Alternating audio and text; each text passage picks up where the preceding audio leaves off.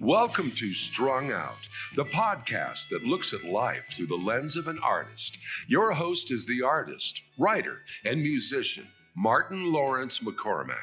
Now here's Marty. Hey everybody, we're back with our second part of our interview with Justin Gillam. And as always, if you're tuning in now to find out about the song crafting part, do check out the podcast before, because there's a lot of great insights and a lot of funny stories that Justin gave as well during the course of his interviews. And you get to hear 3 of his songs, which are brilliant, just fantastic songwriting. And we're going to get into the meat of the matter about a couple things here: how to write, how Justin likes to write, and advice to just making it as an independent artist in this world. If you're in the United States especially, and you're trying to make it in music, you're in one of the toughest places to make it as a musician in the world. So just keep that in mind as you claw your way to wherever you want to be, and don't go to the top. I'll get off my soapbox and turn it over to this man. Can you give us a song there on your kit fiddle? What would you want to play? Okay, let's see.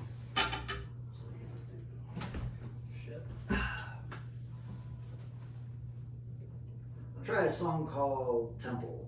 Temple. Yeah. Cool.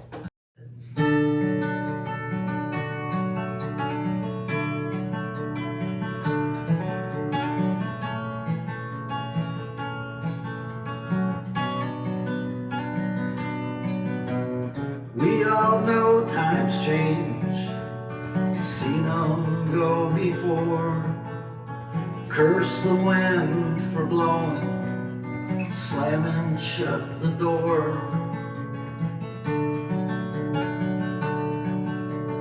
Telling right from wrong, it's a funny game we play. It seems the measure of a winner is a measurement of pain. Close your eyes and hold on tight. You're shaking but you're sound. If a man's to build a temple, he first must tear one down, down, down.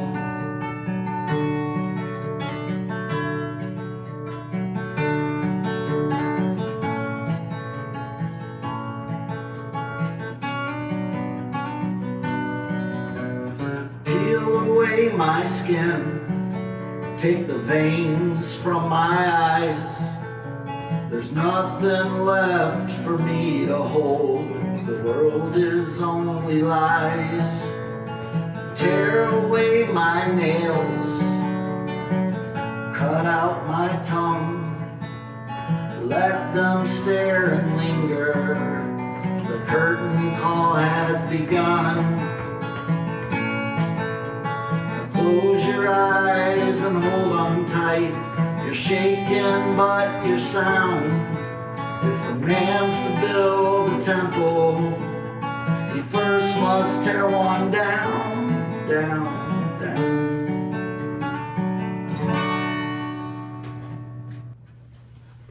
Awesome song. That chorus. If a man, must build a temple, he must tear one down. If a man's to build a temple, he must tear one down. That's powerful and very thought-provoking, because we're all busy trying to build temples. Sure. Maybe without necessarily tearing any of them down. The ones that, whether they're what we've been taught by our parents, or whatever kind of mores, society has put in. Yeah. Wow. How do you get inspired to come up with things like that? I know you in the last podcast you talked about being English and literature, schooled in that, and looking to part-time teach, and it sounds like that plays a big role in your song crafting. Is that, are you looking at it from a writer's point of view? Are you looking, or how do you go about that? I mean, it certainly plays an influence as much as anything else, Mm-hmm. you know, but I don't really look at it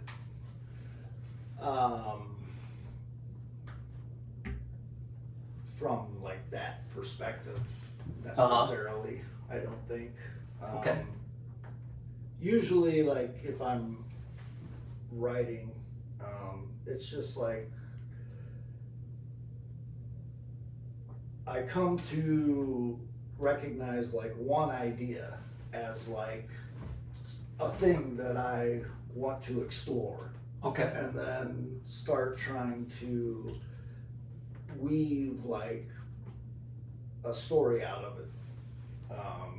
Okay. Not necessarily a story that has like a beginning, middle, and end, but you know, some sort of A thread a to thread. Yeah. And it's usually like shit. It's mostly like autobiographical Sure. stuff or like whatever I'm it. But this is, dealing with at the like time. Temple is or very, whatever. yeah, I mean, this is thought-provoking stuff because you're talking about, you know, you have to, in order to build a temple, you must tear one down.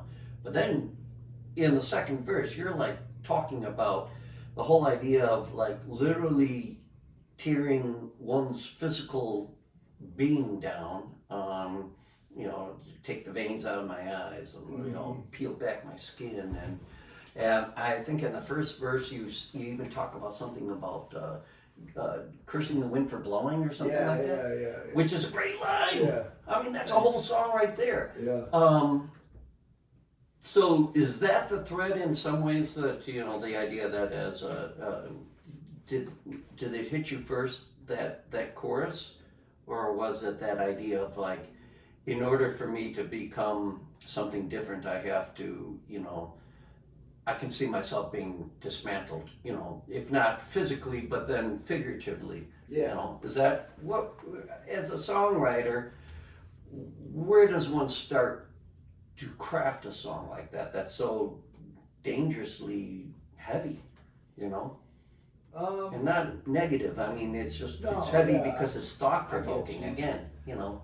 That song was just generally it's different for different songs, but like that one, I think I was more like drawn to like the idea of being torn apart by people as like a spectacle, Right. you know, like there's a spectacle to it all. Sure. That people society seems to thrive on that spectacle, Sure. you know. And, Sure. and, Absolutely. and like I think when I wrote that, I would think I was feeling like kind of like that. That you're being. Go ahead and let's tear it down. Yeah. You know. Yeah. And In a defiant kind of way. Sure. You know. So kind of giving the middle finger to that idea. Yeah. But then that's a very noble thing, that chorus. You know, I keep coming back to that. Mhm. In order to build a temple, you must tear one down. Very biblical in a lot of ways, but really in order for humanity to move ahead, you gotta kind of tear down what's been there. And just like, that idea of like, Which is you're constantly creating as a person, whether you want to think about it or not. Right. You are. Yeah, and you're tearing things down anyway. Right. Exactly.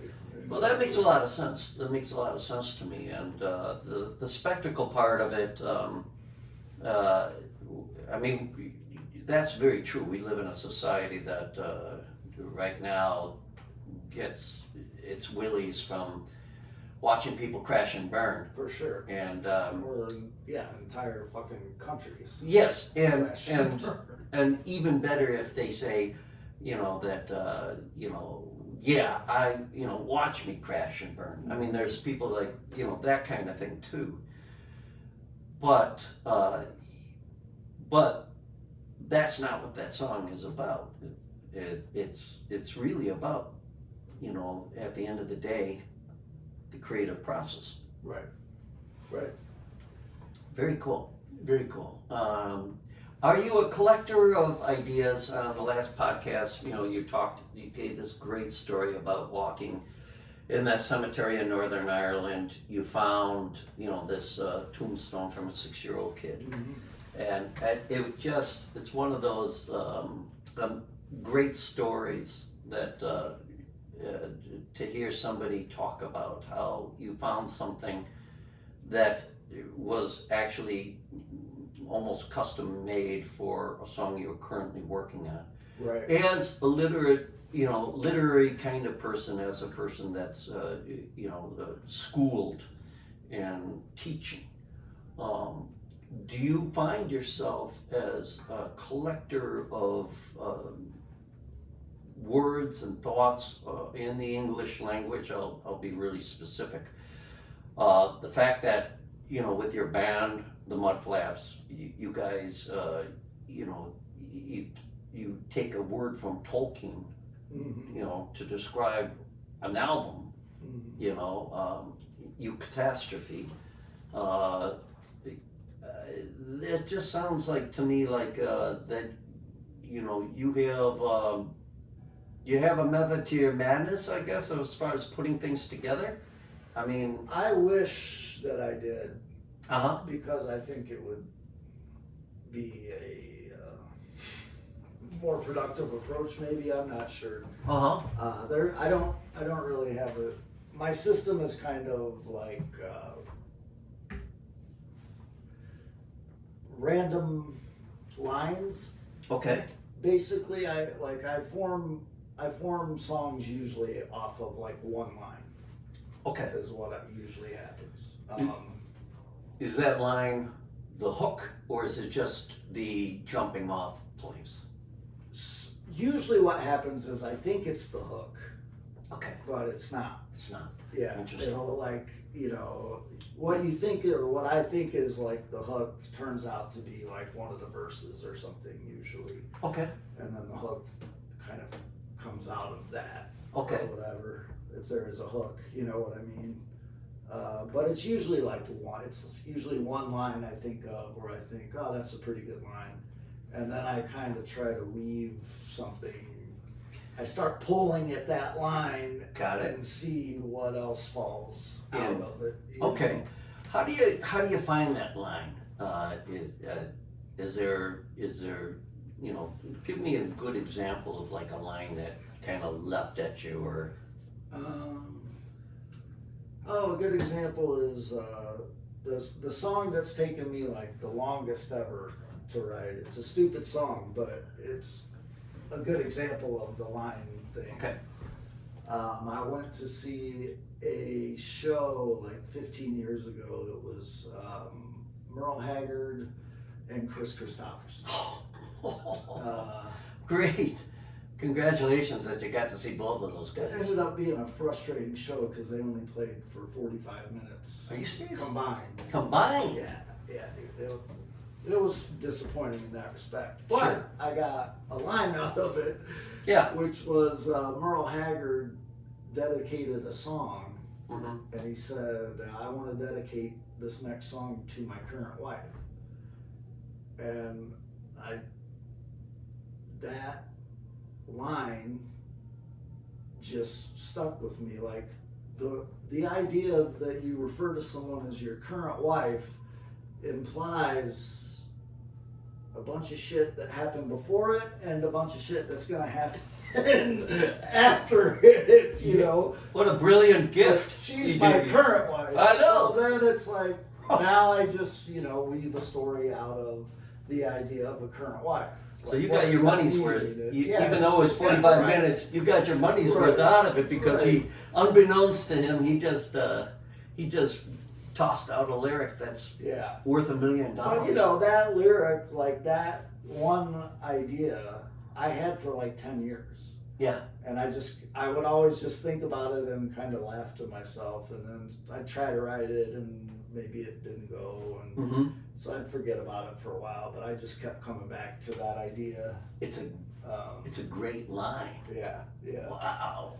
So- Wow. And usually it's like shit, stuff like that happens where it's, I think of a line, you know, and then I kind of just start, you know, as I say, just trying to see what else is embedded in that Right. line, you know. So let's use that. That's a good example of an inspiration. You know, that you're handed something, you heard something, and it just does that ding. You know, Right.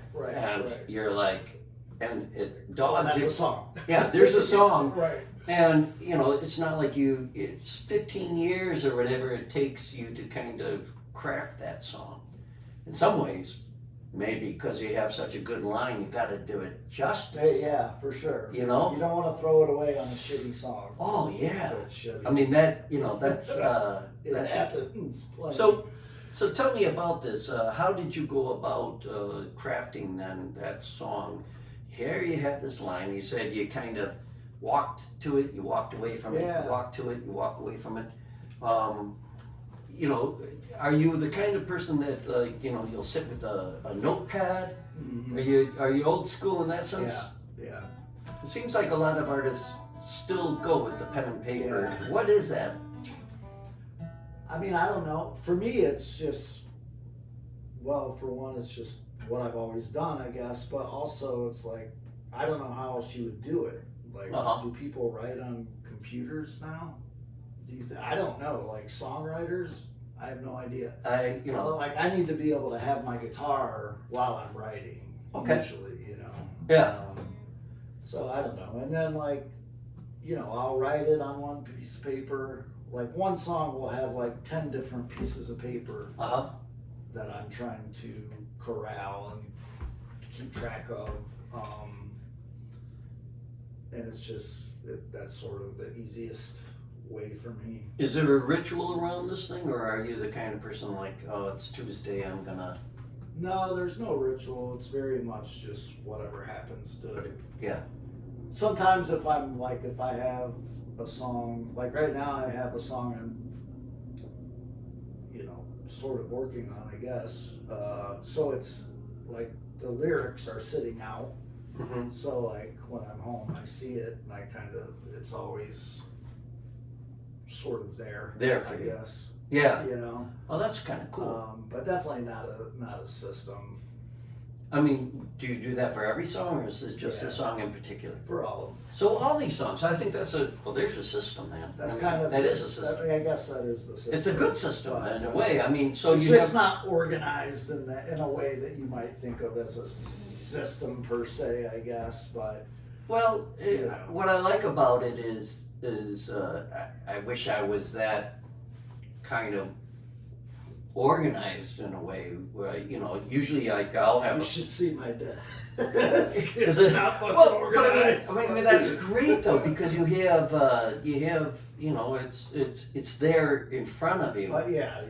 It's not like, you know, I'll put it away. Yeah. You know, and I'll be like, okay, Yeah. but Don't put it away. if you put it away, you're in trouble, Right. right? At least I am. Yeah. You know, and you know, I'm not good at writing multiple songs at the same time. Okay. So it's just like, okay, well, I have to live With in that. this world right now until it's done. And Mhm. like, I don't know. It could be today.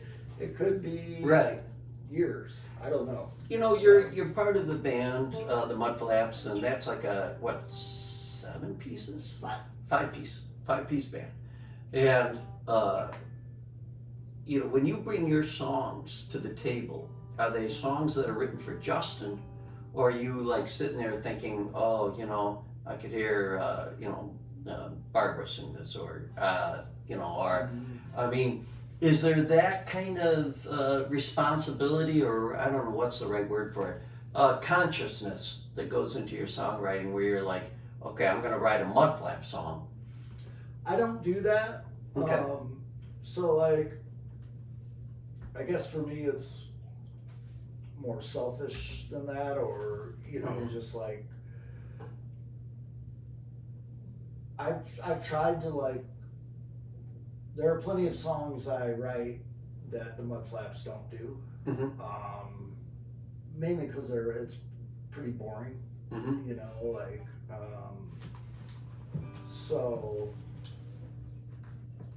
That your songs are boring, or yeah, like they're Wow, like I- in terms of like tempo and Mhm. you know, like if you're playing at like out at a bar or something, like I right? don't want to hear that shit all night long. You know, like heavy introspection. But it sounds to me like, well, I mean, when you write these songs, I mean, obviously, you got to have more than one writer in your band, right? Barb writes songs. Barb. Also, yeah. So, are you like, the yin to her yang in the sense like you have a more introspective kind of, and is she more like, yeah, that's a good song, but I'm gonna write one that's gonna kick it up a bit. Is there that kind of thinking, or do you guys just kind of come with your stuff and is there any collaboration? I guess is Yeah. what I'm getting at. Is like you could bring in a song and it could be like, yeah, here it is, and it's a slow tempo. Right. It's all about this, and then they might turn around on you and say, oh, wait, my current wife, this is going to be a great, banging two-step. Sure. know. Stuff like that is doesn't happen a lot. Mm-hmm. It's always welcome. I feel Mhm. like both of us are open to stuff like that. Mm-hmm. Generally, I think though the way it seems to work is I write songs, bring them to the band, and that's how they go. I mean, minus the arrangement Right. stuff, but in terms of the essential structure of the song, it's already done. Have you ever brought a song to the band in which they're like, what the hell is this?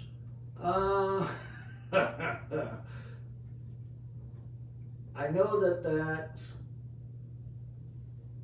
has occurred, but I can usually tell when I'm showing it to them, so then I kind of will like Mm-hmm. just tuck it away and Okay. So know. you get kind of you know these guys, you've been with them for a long time, so it's like you kind of viscerally know if it's gonna pretty much work or not. Yeah. I mean, I find that fascinating because being in such a long-term relationship with a bunch of people, but also with Barbara, with this whole idea of crafting and you know what your band's about. So I think it comes off. I think people, because you mentioned the yin yang thing, like there is an element of that, Uh-huh. but it's more natural. It's not like right, there's no intent behind it. right. Nor Should it be. I Right. mean, it's there, right? I Right. mean, it comes to its own. But what does she, I mean, you're going to say she... Well, she writes. People think that like Barb writes happy songs and Justin writes sad songs, but Mhm. it's not really the case. If not all slow songs are sad and not all fast songs are happy, so I agree with you. there's not that firm like Mhm. separation of the two. And it's funny, I don't think your songs are sad. I mean, from what I've heard. Yeah. I think you have that, in the last podcast I said it's that Irish sense of humor where, where you kind of, you look at life darkly, but you look at it with bemused, Right. you're bemused by the I don't know if that's if you feel that's a good fit, but where you're like, well, this is the way it is, accept it, rather than, sad songs sometimes they're easier to write, the ones that hit the common chord of depression or sadness, where it's an easy, it can be an easy layup. Yeah. Writing a song like the one you wrote of that references with the gas and the matches and let's set this mattress on fire, but the idea of like we're not meant for we're all dysfunctional, let's have children. Right. I mean that isn't a sad song. That's wicked dark humor in a great sense of the way. I mean, so I mean, so in other words, it does sound then like you kind of know what you're bringing to the table when you're writing for a group, though you write for yourself, and you use pen and paper, and you keep the work out until it's done. Very intrigued about this Christopherson Merle Haggard concert. It's interesting that those two are no longer with us, but those two guys. It was such a. Even though I was like at the time pretty pissed off about the show because it was so short. Yeah. It was a treat to be able to see them together. I mean, if you were to say whose songwriting you align more with, who do you think that would be? Oh boy. Probably Christopherson of those two. Yeah.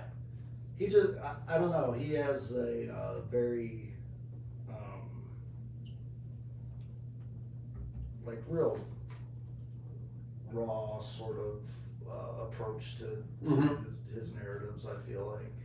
Some of like, I don't remember, I'm terrible with names of albums, but some of the later stuff he put out, I don't remember the title. Bones something is one of them, but just like real stripped down, just story songs. I like that. And you are kind of a storyteller with your work. Yeah. I mean, there's definitely, and I know earlier we were talking about threads, but in some ways though there is, you bring like that, then you're bringing out basic building blocks, like kind of almost like little guideposts for the listener to listen to, and then kind of see where you're going with it. But you're not giving them a roadmap per se. Right. So that's interesting. Right. Because you are telling stories, but you're also doing it very veiled, like For sure. So that. And I mean, you try. I don't know. I try to hope that, I guess that it's relatable in some way, but for me it's just like this is happening whether anybody likes it or listens to it or not. So And now you said that your songwriting is autobiographical, or a lot of it is. Most of it is. So experiences that you've I'm had. not very good at making up Mm-hmm. like totally made up stories. Sure. I'm not even if I try to write like a short story or something, it's I think most writers it's mostly autobiographical. So I would like to think so. That you have something that what happens. else you can write about? And it's our way of trying to find the commonality in everyone, or just a little bit of taking a little bit of the pain out of our lives, or a lot of that I think. Well, I want you to think of the next song to perform, and the question I have for you. I would love to hear if you got the Current Wife song done. Oh yeah, that's been done for a long time. I would like to hear that. I think everybody else would too. Okay. But and then we'll continue on. We're with Justin Gillam. We're talking about his method to the madness, how to go about writing not only for yourself but writing for a band, and we've got a lot more questions to ask. So, all right, what's the name of this song? Shit. You know what? I was gonna try a song I just finished writing. Oh, okay. I haven't played it for anybody yet. Oh, well, then that's even better. I love when we have a... So I might fuck up the words, but we'll give it a shot. That's okay. If we gotta edit Joy it, is nobody knows. Exactly. So what's the name of this song? I don't know yet. Okay. The gradual weight of what's unsaid has made an enemy of my own head. It eats away at the things I feel.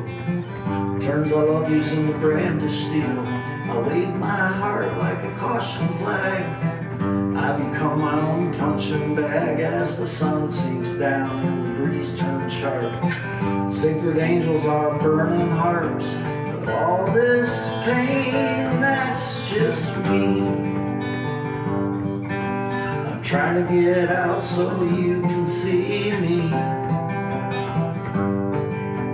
And all this fear that's not free. But I've paid a little more than I'd like you to see.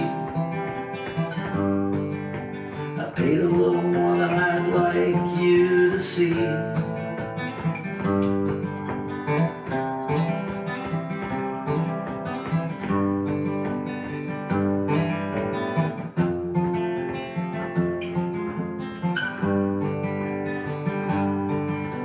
Tomorrow I'll try again. Said I was sorry, friend, while you gasped for your last breath. I held the hand of death. He walked by me and shook his head, made his way to your bed. I asked if he'd take me instead. He smiled, I cried, you said, all this fear is just me. I'm trying to get out so you can see me. And all this pain that's not free. But I've paid a little more than I'd like you to see. I've paid a little more than I'd like you to see.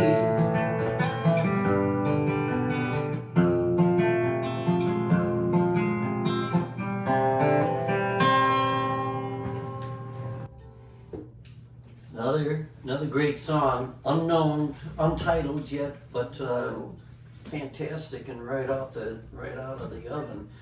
We'll be back after this short break with more questions and find out more about the songwriting craftsmanship of Justin Gillam.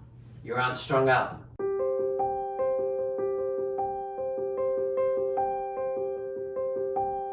Hello, subscribers, and welcome to Inside Views of Marty Fine Art, where people are talking about their collected works by artist Martin L. McCormack.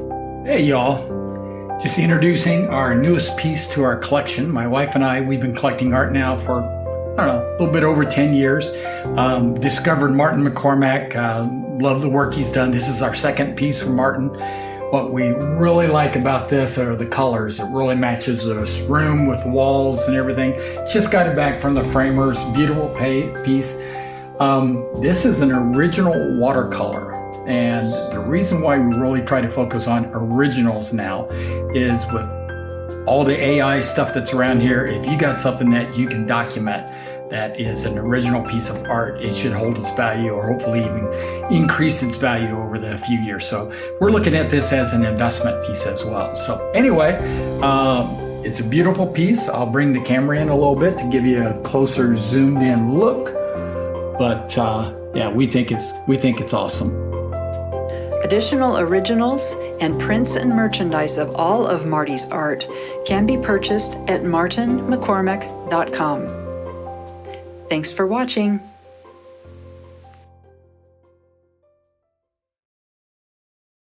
We're back. Just another great song. Thanks, man. I mean, I don't know if you could do that in a band. You know, that's one I actually, so I just finished writing it, and then I sent like Barb a voice message of it before rehearsal, and then like we've never played it. We didn't play it, and we had. I think it's one like you're saying. It's just not. Yeah, I mean, what I could see maybe I could see like everybody in the band stepping aside, and you do it. Yeah. It would bring down the house. Yeah. I mean, it's such a again, it's a beautiful lyrics. You know, that idea. I paid a little more than I'd like you to see about the pain. Yeah. You know. Yeah. Damn. Yeah. Damn. Wow. Yeah. My. How did you get that? Well, my partner died Mm-hmm. 2 years ago, 3 years ago almost. Okay. And it was just a bad scene, obviously, and like, You mean the circumstances surrounding yeah, the death, like, or what? yeah. Well, she basically, like, she got sepsis and died, like, Oh my God. you know, it went from something that we thought was fairly minor to dead in a matter of like 2 weeks. You Oh, know? I'm so sorry, man. That must have. Thanks. Yeah. But yeah, I kind of like. I mean, I already like had a drinking problem, like Mm-hmm. bad drinking problem, and it just fucking went To hell. to levels Sure. that you know. So yeah, that was just, to me, it was like that line specifically it's about her really, and how she was kind of like hiding how sick she was from me, which I didn't know about at the time. Wow. So yeah, that idea of like just not wanting to be honest, you know, about Right. One's own yeah, like pain, I've- one's own I've mortality. paid more than I want you to see.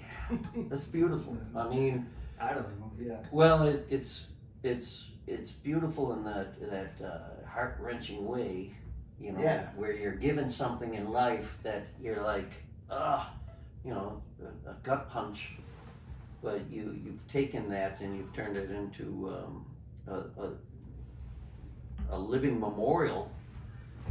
Which you know, if there's any thread, maybe that's you know the wonderful thing about songwriting is you can take that kind of stuff. You can take that life experience, or you can take that experience of somebody else's life experience, like the epitaph on a grave, and you can say, yeah, that's hooking into something that, you know, Right. human beings Right. endure all the time. Right. Do you find, you know, with the passing of your partner, does she play a more active role in your songwriting now, as now that she's no longer in your life per se, Mm-hmm. physically? Mm-hmm. But is that an inspiration? You know. Not really. Okay. You know, it hasn't really translated that way. And I just think, I guess people process different Yeah. shit differently, you know. Right. I remember being like highly disappointed when my mother died. Mm-hmm. That's interesting. Because nothing happened.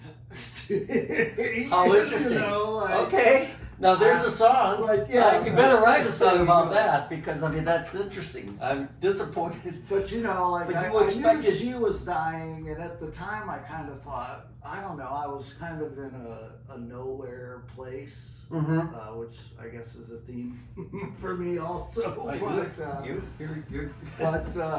I thought, like, well, I bet, you know, maybe when she dies, I don't think it was this calculated, but looking back, I know You thought. it was there, where it's like, I bet when she dies, I'm gonna get all fucked up and get all inspired. And Right. this, and nothing happened. Nothing happened. Nothing happened. How interesting. It was just. I mean, what do you think that's about? I mean, I don't know. I mean, you know, the nature of we weren't at that point. We weren't close anymore. Mhm. So you know, but even like when my dad died, who was like my best friend in the whole world, you Okay. know. were your folks married? They were not. No. So there was. That's how you ended up in Dixon, Illinois then? Or were you Yeah, living yeah. with your dad or your mom? My dad at that Your dad? point, Okay, yeah. So, but you know, it's not like tragedy equals like productive inspiration and material for songs. It doesn't seem to work that way. It kind of takes a more slow, dispersed hold on life, I think.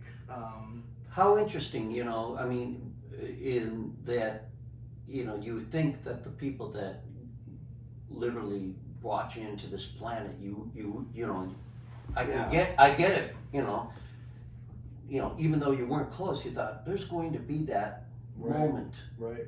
and it didn't happen. I mean, you know, Wow, maybe that's wow. maybe I'm fucked up, or you know. I don't think so. Or I think you're honest, you know. I mean, there's a great song. Yeah. I mean, the fact that again, the expectation is, you know, oh yeah, you know, yeah, that's gonna just supercharge my muse, you know. right, You right. know, right. and And as a, you know, as like, I would assume no matter what, you know, if you're a creative person or, you know, have a creative streak in you, you're always looking for things to inspire you. And true. We've, you know, certainly been set up to believe that death is this earth-shattering sort of thing that occurs, you know. Mm-hmm. And it Yeah. is, and it is, and can be, I think, you know. Well, I think, yeah. But I don't think it doesn't necessarily translate into anything. It just, you know, at least for me, Yeah. you know. Well, I mean, you have two very interesting It's sad. experiences, though. I mean, you know, at least, you know, with your partner and her passing, it's such a I don't want to use the word dramatic, but I'm going to say dramatic because it wasn't planned. It was dramatic. Yeah. You know, And you know, when you know. your mom a little estranged. In some ways, you know, it's interesting from that standpoint because you're like, you know, on the one hand, you know, when you have that drama and stuff, it's natural to be able to feel that raw process Mm-hmm. of you know, taking care of that and trying to put it into the right perspective lyrically, as you know, songwriters we like to do. But when you have somebody like that, you feel like, you know, I don't really know who you are, Mhm. and I wish there was something more there. That's a challenge. Yeah. That's huge. Yeah. I applaud your honesty. It's an interesting. I applaud your honesty with it, you know, because it's you know, you could have turned around, you could have written a note to your mom that, Sure. you know, that's you know. Yeah, I wish I remembered. I wrote one song about her, Mm-hmm. but I don't remember the words to it. There's another song. This guy just this guy is just a walking lyric. I wish. I think you are. I mean, you know, it's just funny. You're old school. You write things down. You don't throw things on your phone, do you? Or are you the kind of person? No. I love that. I like that. You know, you're old school. Yeah. It's great. Yeah. You know. The now I'm thinking about the stuff something you had just said. Mm-hmm. But like to me, you know, experiencing that like death or whatever, to me the most fucked up part is like not when someone you love dies, but the first time you realize that a day has gone by that you didn't think about them. Oh, that's fucked up. Yeah. Well, and like how can somebody that was like so integral and part of your existence die, and then like, you know, whatever, if it's a month, a year, or 3 years, however long it is, but that time where like a day eventually does go by where you don't think about them. Right. And it's like, once you realize you just had that day, to me, that's fucking sad. Well, that is sad. You know? I mean, it's sad in the sense, I mean, you can look at it as sadness, but you could also look at it as the way that, you know, that you've processed that passing in such a way that, that it's not the end, Mm-hmm. that's the wound. Right. You know, Right. it's the fact that, you know, I mean, you've honored, you know, you've written songs, Right. but, you know, and, you know, it's not that, and it's not that kind of thing, well, this is how she would want me to be, you know, to go on. Right, But it's just that you're going on, right. you know, and that's Right. the bravest thing a person can do. Yeah. You know, you Yeah, could be yeah. you could be stuck in the whole, you know, pity cycle. We're gonna extend this just a little bit further because you're bringing out a lot of interesting stuff. Let's talk for you know, I people got out. nothing going on, man. Let's talk about, you know, the fact that, you know, there's a lot of people out here that that are going to be watching this and they're going to be paying attention to, you know, how you live your life and the do's and don't do's, you know, of Justin Gillam. But you brought up something that, you know, musicians will either talk about, again, like we started off this podcast about tear me down, you know, that Right, kind of right. thing. Yeah, and that is, you know, dealing with, I think we're in such a raw kind of field, Mhm. you know, dealing with emotions. It's like radiation, you know, Yeah. in a lot of ways. And you bring this radiation into an environment in which, you know, the lubricant of alcohol is there, like an accelerant, you know, Oh yeah. and, you know, and you've come to peace with the fact that, you know, you've had some experience with drinking and stuff like that.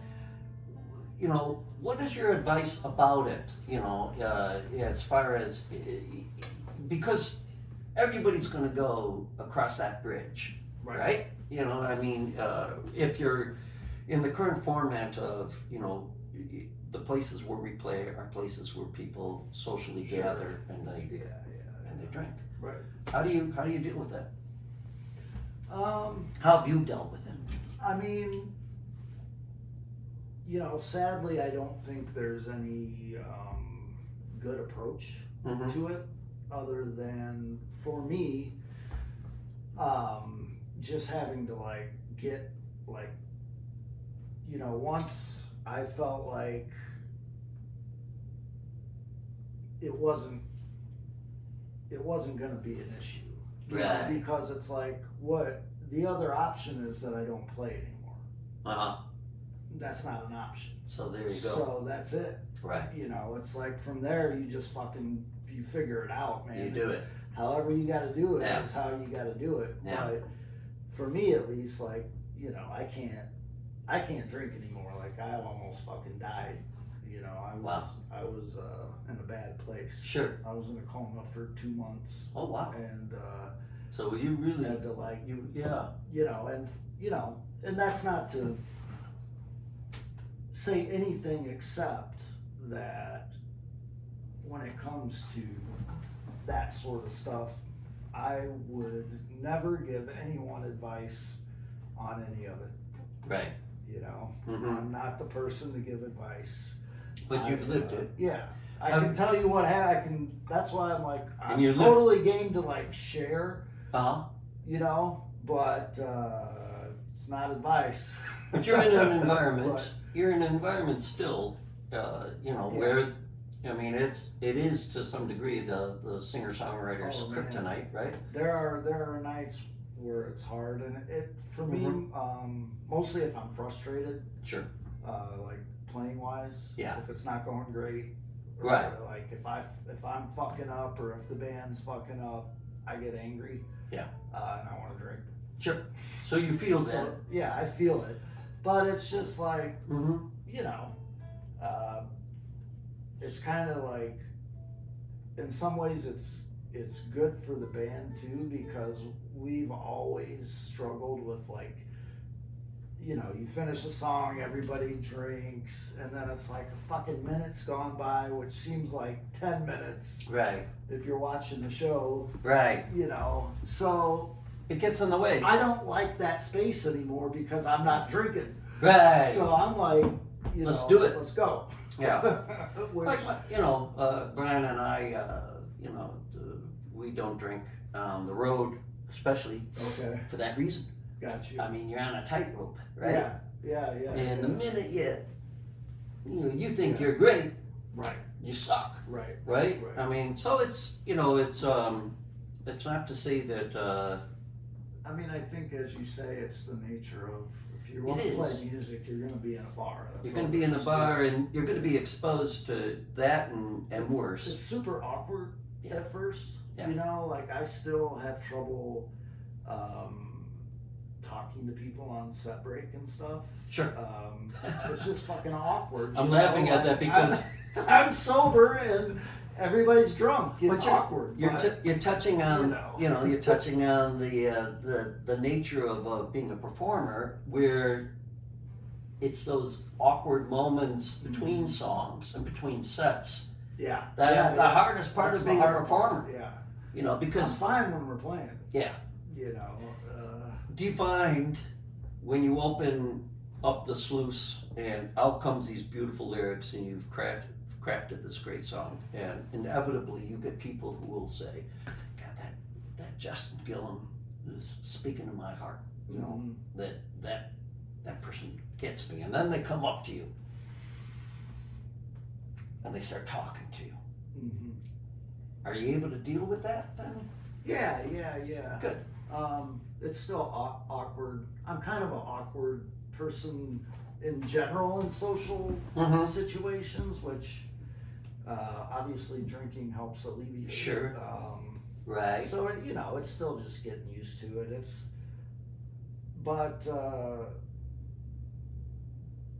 you know, in a lot of ways, it's just so much more enjoyable to Yeah. do things with some kind of intent behind it. Yeah. Whereas, you know, for me, the way I was, at least when it got real bad, it was Sure. like I was having to drink, you know, I'd have to have 4 or 5 drinks just so I could walk. Got it. You know, Yeah. like it was bad, and so Yeah. at that point you're not. Enough. There's nothing good about it anymore. Yeah. You know, it's like I couldn't. It wasn't using it to live this like creative, cool life. It Right. was like I had to drink to get out of bed. Like, Right. This is not helping me anymore. And I think, you know, it's interesting that I wasn't a musician anymore. well, the odd thing about it is that you know, again, I think the business to some degree, you know, says in order for you to be a legitimate musician, you have to have some sort of, you know, big cross that you have carried and, you know, have dealt with, you know, to some degree, you know, tragedy or something like that. Sure. That people can say, oh, you know, he writes like that because A, B, or C. Yeah. But what you're hearing here from a real musician is you don't need that. In fact, you don't want that. That's just kind of the way I always looked at that is that you know, that was just the window dressing that people who really don't understand songwriting and performing, they like to put you into a box, Sure. you know, Sure, a pigeonhole, sure, not sure. only your genre of music, but who you are. Oh, if you're Americana, you gotta be like, you know, Townes Van Zandt. Right. That sort of thing, Right. you know, that sort of thing. But Who is great. it was great and conflicted. Yeah. But- yeah. I mean, I always, you know, fuck, dude. It's like you don't have to. There is no way You know, Right. It's just like, You make it happen. and there's every day is a tragedy. Yeah. You know, so. Yeah. Yeah. And every day's a triumph, right? And yeah. Because I mean, you've gotten through, Likewise. gone through a lot of things, but that, that isn't what defines you. Right. At the end of the day, what you're telling me is the music defined you. It's part of it. Yeah. It's part of it. What's the other part that defines you, do you think? Anything that springs into mind? Because I get it. It's not like 100%, but it's... Right. I don't know, man. I mean, just, yeah, I don't know. Mm-hmm. I wouldn't, I guess I wouldn't think about it that way. Mm-hmm. If that makes sense. Okay. You know? Well, which is good Yeah. in and of itself too. I mean, again, I think that kind of matches, you're very honest, and I really I've enjoyed our conversation because you don't have all the answers, man, which is great. Oh, that's know? true, man. I mean, Yeah. you're basically, you've handed out some wonderful, wisdom, but it's with a caveat like, this is what worked for me. Yeah. It might And- not work for you at home. And man, like I have to say too, like, I've been so lucky to just have good people around me, and I think, Right. I think if you have that, then, that's, you have a leg up on Right. a lot of the world. And I just think that Yes. you should never undervalue your friendships with people. Boy, that's really probably the best bit of advice to give to Yeah. people that are out here trying to make it happen. I want to thank you for being on this podcast because Likewise, you've man. been a lot of fun. I've enjoyed the hell out of myself, and you've brought up a lot of stuff that just is amazing. And I hope you folks are getting as much out of this as I am. And don't forget, you've seen through this podcast and at least on YouTube where you can hunt down the Mudflapps, and you'll see it in the notes for the podcast where you can check out Justin and his band. And I want you to play us out. I want you to pick a song, and like I said, in the future I want to have you back in with your easel, That'd be fun. your paints. Yeah, that'd be fun. Okay, That'd be we'll fun. have to do that. Oh, a song, eh? Yes, sir. Let's see. How about? Oh, I'll do some of that current life thing. All right. Yeah. Let's. Her hair flows like wire. Her skin has seen better days. The twinkle on her forehead, a reflection of her ways. Eyes she has four, personalities too. That just means she has more fun than me or you. She may not grace the cover of fancy magazines. She may not be the prettiest girl you've ever seen. And we may not be together for the rest of our lives. Mind your tongue, boy, 'cause that's my current wife. Lips made of iron, a tongue of hardened clay. Maybe it's a saving grace, her nose gets in the way. A torso like an oven, an ass like an ass. Legs like a toll booth through which I rarely pass. She may not grace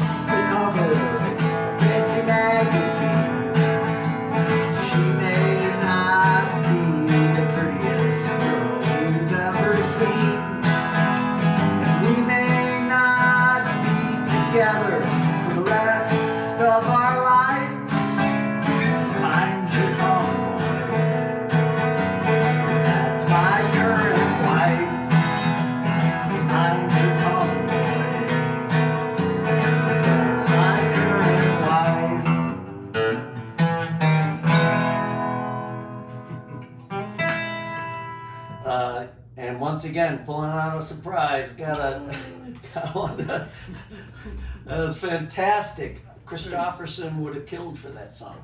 Oh, I really yeah. think he would have. Thanks, And I could hear Haggard singing it. But so yeah, you did get your money's worth out of my $90 worth. I guess. $90 out of a 45-minute show. Right.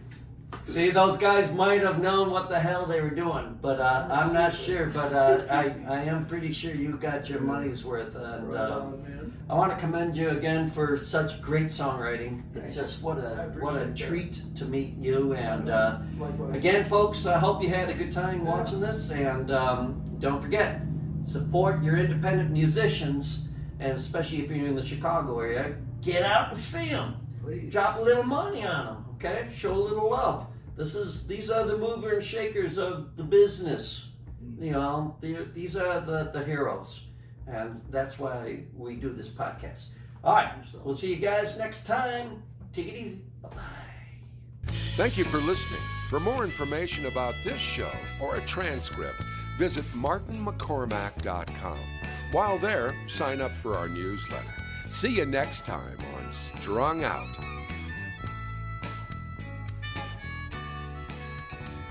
It's all so wrong, this pain we feel makes no sense at all. A swan song wasn't part of the deal, was no good call.